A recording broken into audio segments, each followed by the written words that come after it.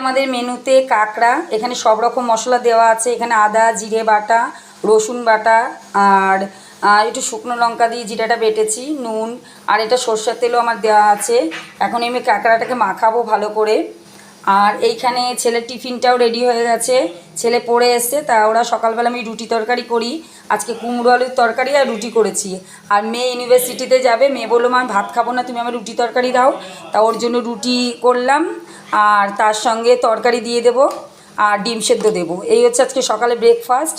আর আমি তাড়াতাড়ি করে রান্না করে নেবো। আমি এখন বেশি রান্নার ঝামেলার মধ্যে যাচ্ছি না, এক পথ করেই করছি, যেহেতু আমাদের বাড়িতে কাজ হচ্ছে পাথরের। আমাদের ঠাকুর ঘর পাশে আমার শাশুড়ি ঘর ছিল, তা সেই ঘরটাকে পাথর টাথর দিয়ে ছাদে পাথর টাথর লাগানো হচ্ছে।